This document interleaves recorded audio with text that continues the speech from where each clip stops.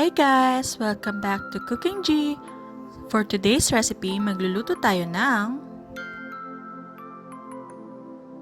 honey glazed chicken wings. For our ingredients, here is the list. You can also check our description box. Umpisahan na natin ang pagluluto. Season the chicken with salt and pepper and set it aside. In a bowl, put all-purpose flour and add ground black pepper and mix it well. Coat the chicken with all-purpose flour mixture.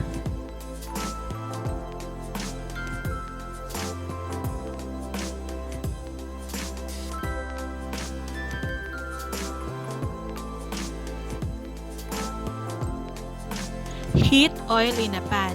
Pan fry the chicken until golden brown.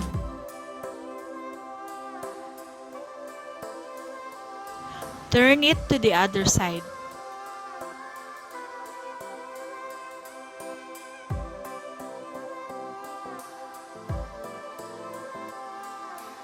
When the chicken is cooked, put it to the strainer to drain excess oil, then set it aside.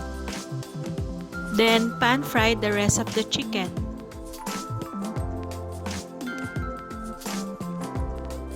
In another pan, melt the butter then saute the garlic.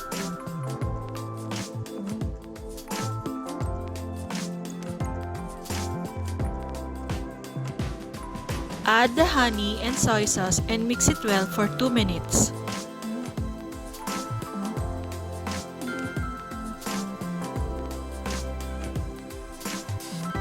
Put back the fried chicken wings. Stir until wings are fully coated.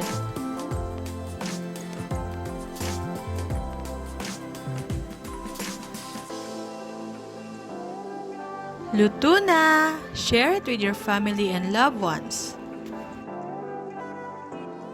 Hope you like our recipe. Please don't forget to like, share, and subscribe.